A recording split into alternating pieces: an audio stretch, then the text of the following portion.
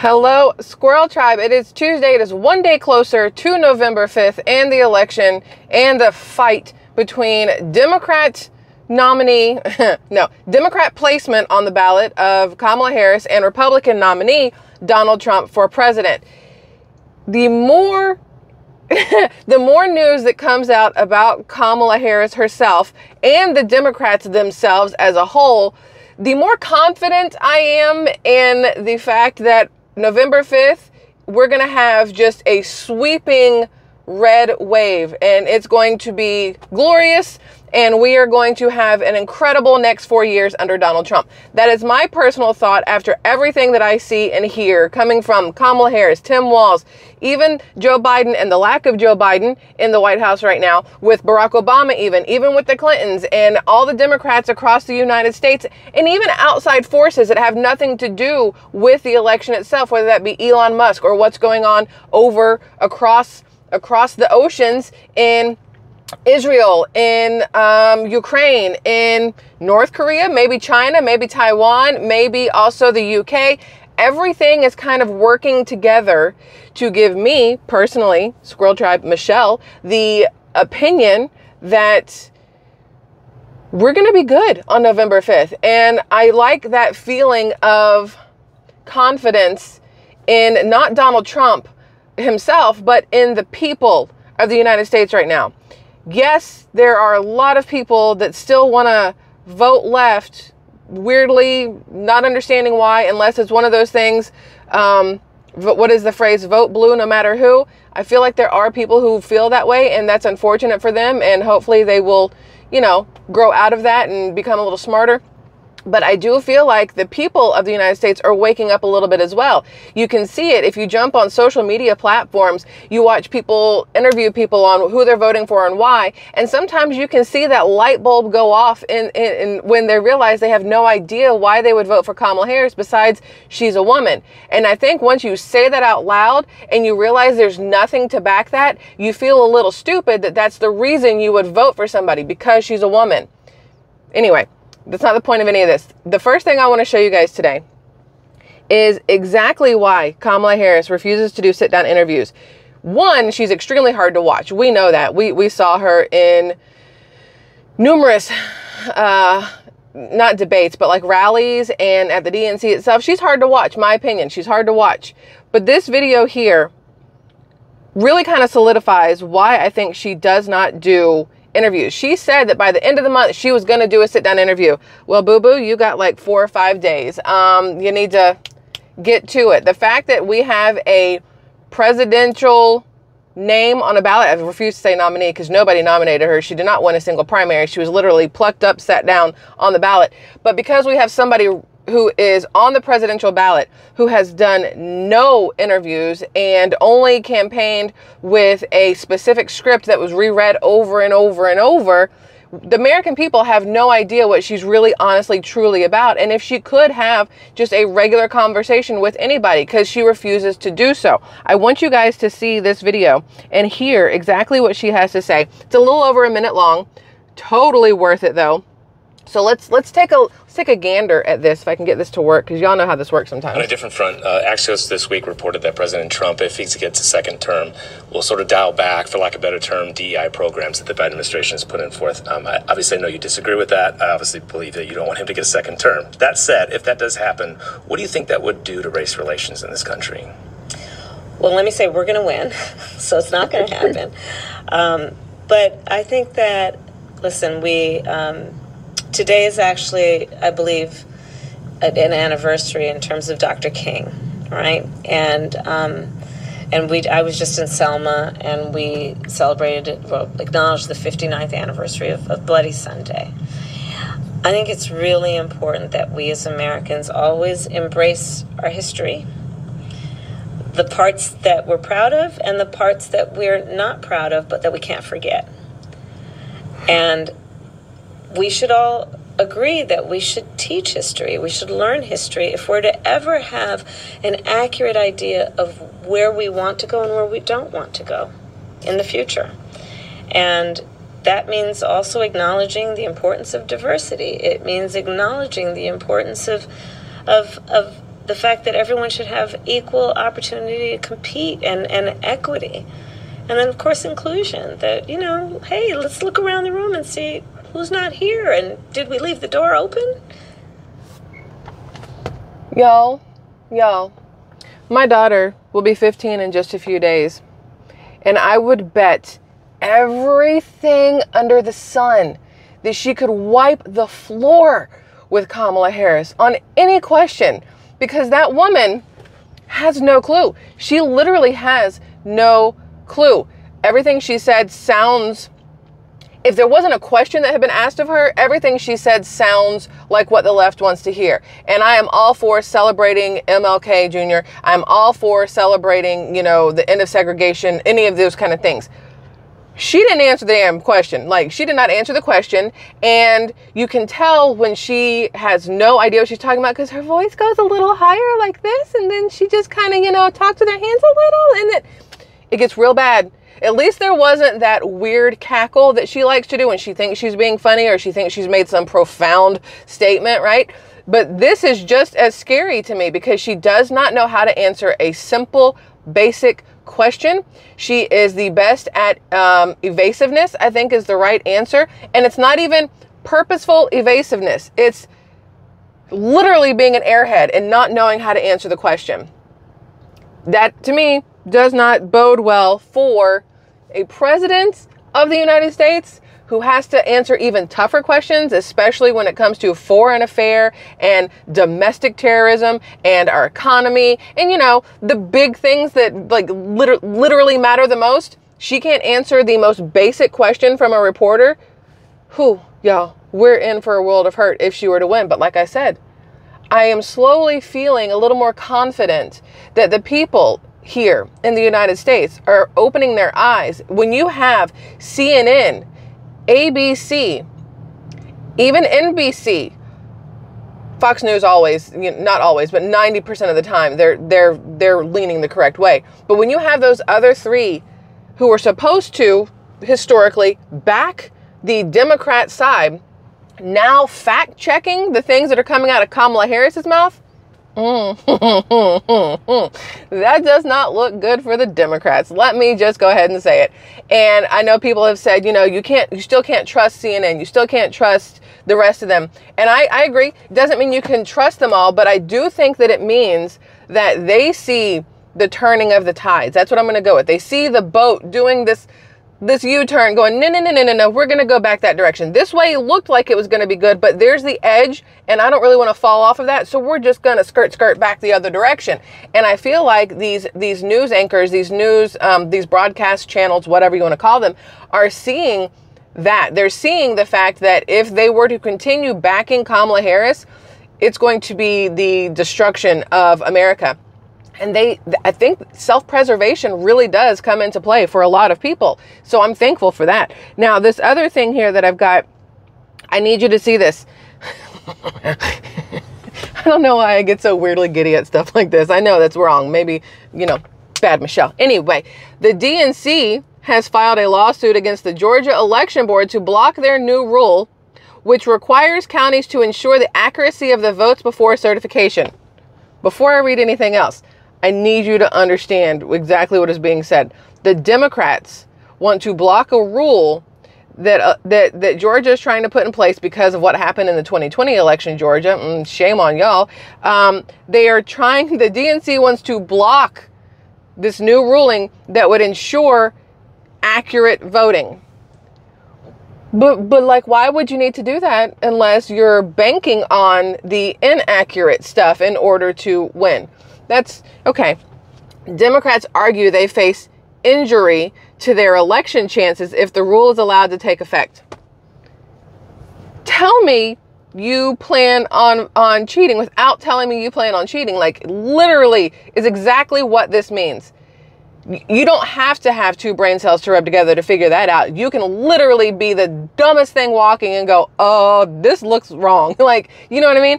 So petitioners face injury from the examination rule and require relief to avoid the confusion, disorder, and burdens that have been and will continue to be caused by the rule.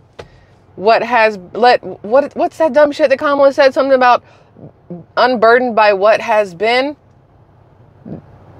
Okay. They're hoping to get a court declaration that certifying results, even fraudulent, is a mandatory duty. Additionally, they want the court to declare that the election board requiring counties to make reasonable inquiries into the results would somehow violate Georgia election law. To remedy these harms and prevent chaos in November, this court should follow decades of binding precedent and declare both that the statutes mean exactly what they say and that SEB's rules must be construed consistent with those statutes in order to be a valid exercise in SEB's authority. Basically, Democrats are in a panic because the state election board, SEB, is making it impossible for them to cheat. My expectation is that a corrupt judge in Fulton County may rule against the rule. Y'all, Fulton County, you know what's been going on over there. But the higher courts of Georgia will swiftly uphold the rule. Their panic is palpable. This woman is terrified, and not just this woman, her handlers, her string pullers, her puppet masters are terrified that if states literally sit there and certify that each vote is real, that they are screwed because they are hoping for the lack of certification. You know what I'm saying here? Now, there has been a lot of talk about the, I'm going to say, purposefully released Social Security numbers of, like, they said 3.5 billion people. Well, there's 330 million people living in the United States right now. So 3.5 billion means all old Social Security numbers of people who are not here, maybe even future numbers. And to me, that says not that, you know, we're not safe and your credit's not safe, because your credit's never safe. Like, you have to have it. It's a whole way to control the people. The whole issue with credit scores is just absolute bullshit in my personal opinion. But you have to play the game sometimes, unless you just happen to have wads of cash hanging around. But also, they still want to get rid of money and go with the bricks, you know, the CBDC kind of stuff, and there is no dollar anymore. This release of Social Security numbers, we haven't talked about it. I've got a lot of stuff on it, but to me, it is an easier way to vote illegally on November 5th. You need a Social Security number. You need a driver's license. We know Minnesota's giving driver's licenses to illegal immigrants because they want them to be able to vote. That we know other states are doing that as well. California. Massachusetts, is that one that's doing it? I can't remember if Massachusetts is one or not. But there are states that are willingly giving driver's licenses to illegal immigrants. If you also hand them over an old Social Security number that would not possibly be used by the 330 million living people, you give them an old one, you give them one that has yet to be born, you know, because as soon as you're born, they slap a Social Security number on you like a ID card, or what's that called? A barcode, like that kind of thing. That, to me, is what is happening here. I don't know that for a fact, obviously, but it would make perfect sense that all this happens right before an election, okay?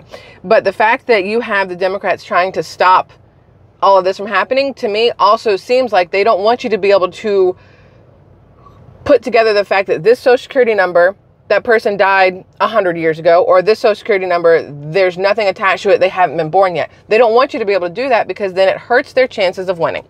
That's all I'm going to say on that. But honestly, at the end of the day, what is crazy to me is you have the Democrats out there screaming about democracy. You know, don't let the Republicans take away our democracy, blah, blah, blah, blah, blah.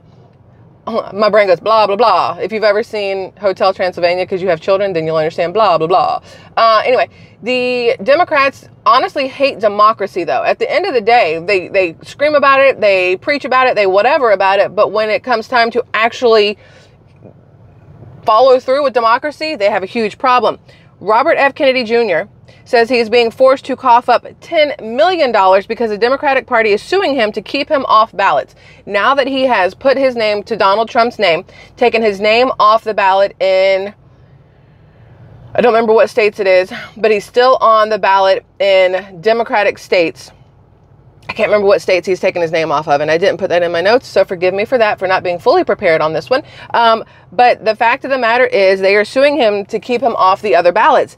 This is the same party that prides itself on being the pro-democracy party. This is a quote. They're suing me now in a dozen states. I've been in trials for the past 3 weeks. I've spent most of my time not campaigning, but sitting in court in cases that are trying to get me off the ballot. I spent a whole week in trial for that case, 2 cases they brought, and another week in another trial for another case. It's costing me $10 million to defend myself. Nothing like defending democracy by forcefully removing candidates from ballots. How does that scream democracy to anybody? What part of that is democratic? Not a single bit. I want you to hear exactly what RFK Jr. had to say here. Again, it's a little longer, but totally worth the listen. Meow. All right. Let's see if this will work. Play. Go. Do your thing. You know, sometimes, which we saw for the first time in American history of the judiciary to get rid of candidates. You know what they tried to do to me? They're suing me now in a dozen states. I've been in trials for the past 3 weeks. You know, I've spent most of my time not campaigning, but sitting in court. In cases that are trying to get me off the ballot. So, like, I had 1 million people, 1 million American citizens sign petitions, more than any candidate in history. Everybody said I'd never do this, impossible to be on the ballot in 50 states. Well, guess what? We got on the ballot in 50 states. And we did it by getting 1 million citizens to sign petitions saying that they wanted to vote for me. And the Democratic Party now is suing me in all those states to make sure that those people cannot vote for the person they want to. When I was growing up, the Democratic Party of RFK and JFK was the party that was fighting for voting rights. It was fighting to make sure that every American could vote for the candidate of their choice, no matter whether they're black or white or where they lived, or Democrat or Republican. Now the Democratic Party, today's Democratic Party, feels so unconfident about the candidates that it's putting forward. And it feels the only way it can win the election is by getting rid of the opponents. And you know, either using the courts against President Trump to lock him in jail and to embarrass and humiliate and discredit him, or using the courts against me to just to throw me off the ballot, even though the voters, you know, in New York State, I had to get 45,000 ballot signatures in 13 congressional districts. I got 137,000 in all 26 congressional districts.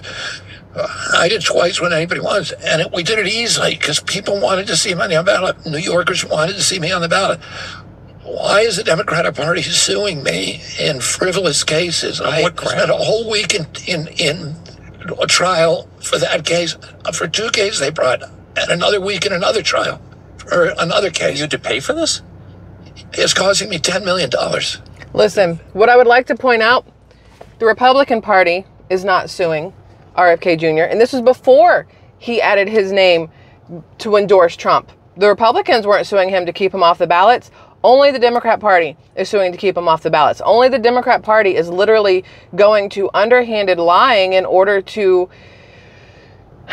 make it so that, again, well, technically it's your the right of, we're a republic. I'm trying to figure out how to phrase this one. The right of the republic to have the right to democracy, to have the right to vote for whoever you want to vote for. I know that sounds all kinds of like a circle there, but you have to think about it that way. You have the Democrats here that have been screaming about democracy and everything else, being the first ones, the only ones trying to take away your actual democracy, your ability to vote for yourself based off the candidates that are on the ballots. They want to make it so that they are the only ones. They want to crap all over Trump and make people believe that all the, crap they're spewing about him that isn't true. They want to take RFK Jr. off the ballot so it's one less opposing person against them, because they don't believe in Kamla Harris, and nobody should believe in Kamala Harris. She has nothing to stand on, no ground to stand on. And anytime you see her speak off script like we did earlier, it just goes to prove it. She has nothing that she has done. She's been in the White House for the past 3.5 years and nothing to show for it. She had the border as her baby, basically, to take care of and to stop all the border crossings, and instead they got worse. She has always been about illegal immigrants. Way back in the day, in the beginning, before she was an attorney general, she was about illegal immigrants over U.S. citizens. I'll bring that to you guys later because there's a lot there. But it has always been that way. And she's proving it now. The Democrats are proving it now, that it's about everybody but the American citizens. It's about the people that they are letting in the borders. It's about the people they're flying in. It's about anybody but you and I, which needs to be remembered, okay? Now, we say that you know, Democrats hate democracy, but turns out technically people in Georgia hate it more. So you have Georgia trying to pass this law that they have to certify, like literally certify every single vote, which to me, the fact that they want to get that thrown out says tons, right? But now you have the biggest election integrity fixes for a swing state are from Georgia, and not because of rhinos, Kemp and Raffensperger. It's despite them. 3 brave election board members appointed by the state legislature and GOP have made massive improvements the past few months. This is where they found all of the hidden ballots under a desk in Fulton in suitcases. Like, there's video proof of that. Now Kemp is trying to remove them from the board. He must be stopped. He is on the steal. So I was never a fan of him when we lived in Georgia. Huge non-fan of Brian Kemp. It says here that Governor Brian Kemp is now asking the Attorney General whether he has the authority to remove the 3 brave members of the state election board who have been implementing massive election integrity reforms. Integrity. Heaven forbid a Democrat, back integrity. Democrat state legislators sent a letter to Kemp asking him to remove the members for ethics violations, and Kemp's office is now asking the AG, Attorney General, whether the governor has the authority to do so. This office has received Senator Nabila Islam Parks and others letters alleging ethics violations by members of the state elections board. Due to uncertainty regarding whether this office has authority to act under Code Section 45-10-4 in response to these complaints, we have sought the Attorney General's advice regarding the application of the statute to the letters. We will respond following receipt of this advice and further evaluation of the letters. Now, obviously, the ethics complaints are complete garbage. They are trash. They are unwarranted. They're out of a fear tactic, basically.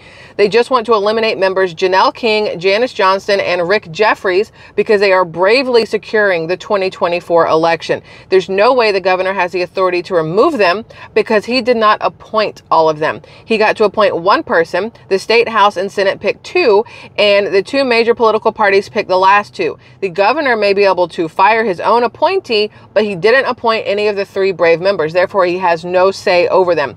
In conclusion, Democrats are in panic because Trump will win Georgia due to the election integrity reforms of the board, and now they are trying every dirty tactic to stop the changes from being implemented. Think about it this way. If they weren't scared, this would not bother them. If they thought that their candidate was the best choice and that the people of Georgia knew that, this would not be a thing. They would let the election go. They would let it be fair. They wouldn't be losing their ever-loving minds over election integrity, and it would just be another day. But because they know that without their ability to skew things, they don't have a snowball's chance in hell, is what it comes down to. Now, these are the 3 members of the Board of Election, just so you know, that they are trying to get rid of. White female, white male, and a black female. All 3 of them of the same mindset that the election should be fair and have integrity. And unfortunately, the Democrats are completely opposite. It should not be fair, and there should be no integrity to it. And again, that should tell you everything you need to know about what you're voting for if you vote for the Democrats on November 5th. Or in general, smaller elections. Think about it. Think about how Brian Kemp got to where he is, I think that's the only thing I have for right there. Okay, I think I have one more thing for y'all, and then I'm going to let you go. Oh, yes, this is the one. Click it. So a judge has blocked Biden's administration from granting legal status to spouses of U.S. citizens. The order temporarily blocks the Biden administration from granting legal status to unauthorized immigrants married to American citizens. Now, when I was younger, I knew people who would get paid. I knew of people, let me rephrase, through friends, who would get paid to marry an illegal immigrant, get paid 10 grand, stayed married for a certain amount of time so they could get their green card, their visa, their permanent legal status or permanent residence. That's what it is. They would marry them for money. And then as soon as that person got their legal residence or whatever it's called, they would get divorced or annulled. I don't think you can annul after 10 years, because I think it takes a longer time to stay married in order to get all the stuff done. But they would make a ton of money in the process. And it was normally older white women who were marrying Hispanic men, whether it was from Mexico, Costa Rica, Venezuela, Honduras, didn't really matter. But that was what it was. And it used to be you could get married and immediately you're like in the crowd, in the group, right? Well, Biden wanted to make it so that you're married, your spouse is immediately a legal citizen without having to go through any of the the paperwork, the time, the money to secure those things, right? Because you still have to follow the channels of legality. But under Biden, he wanted to make it that as long as you're married, you're automatically a citizen. You know why? Because that helps them with votes. Imagine all of the illegal immigrants that have crossed the border. They find somebody who's willing to marry them, maybe pay them a little bit of money, and the second they're married, they are now legal. And Biden's saying, okay, well, I'll make it happen, but remember who to vote for. Remember who to vote for. Like, that's how it works. The fact that a judge is blocking this is amazing to me. It means that judge understands exactly what the Biden administration is hoping to do for the Harris administration. Because that's what it comes down to. At the end of the day, they were doing this for the next presidential election, right? Now, Biden thought it was going to be him. Biden being the same one who said that come hell or high water, he was going to be on that ballot because he knew he could do it. He was the only person who could beat Trump. He wasn't too old. He could win and everything else. And then suddenly one day, he suddenly had a change of heart and took his name off the ballot, and they plopped Kamala down because that's a coup. But the fact that a judge has blocked this says everything to me. The Democrats are slowly losing their grip on everything that they've been trying to do, and it gives me very good confidence that November 5th, the things are going to go the right way, literally the right way, the Republican way when it comes time to vote. They are literally drowning themselves with everything they are doing. If you were to step back, whether you're a Republican, Democrat, Independent, whatever, if you were to step back and look at what the left side is doing and what the right side is doing in regards to stopping certain things or changing certain things, it is a stark difference between the two. The Republicans are just living their lives. The Democrats over here, though, are trying to change everything, stop everything, make everything unfair advantage for them. And the Republicans are like, bro, like, let RFK Jr. on the ballot. It's cool. Like, we don't mind. It's not a big deal. Like, more competition is cool. You know what I mean? And it's completely different on the Democrat side. So that's that for right now. A lot more later. We'll talk more about Social Security. We'll talk more about Fauci, because there's some stuff going on there. And Mark Zuckerberg, and there's a lot more. There's so much more. But for now, this is it. I love you immensely, Squirrel Tribe. Thanks for letting me have this conversation with you. As always, all your comments are wanted in the comment section below, obviously, to keep this conversation going. And I will see you guys again later. Okay, bye.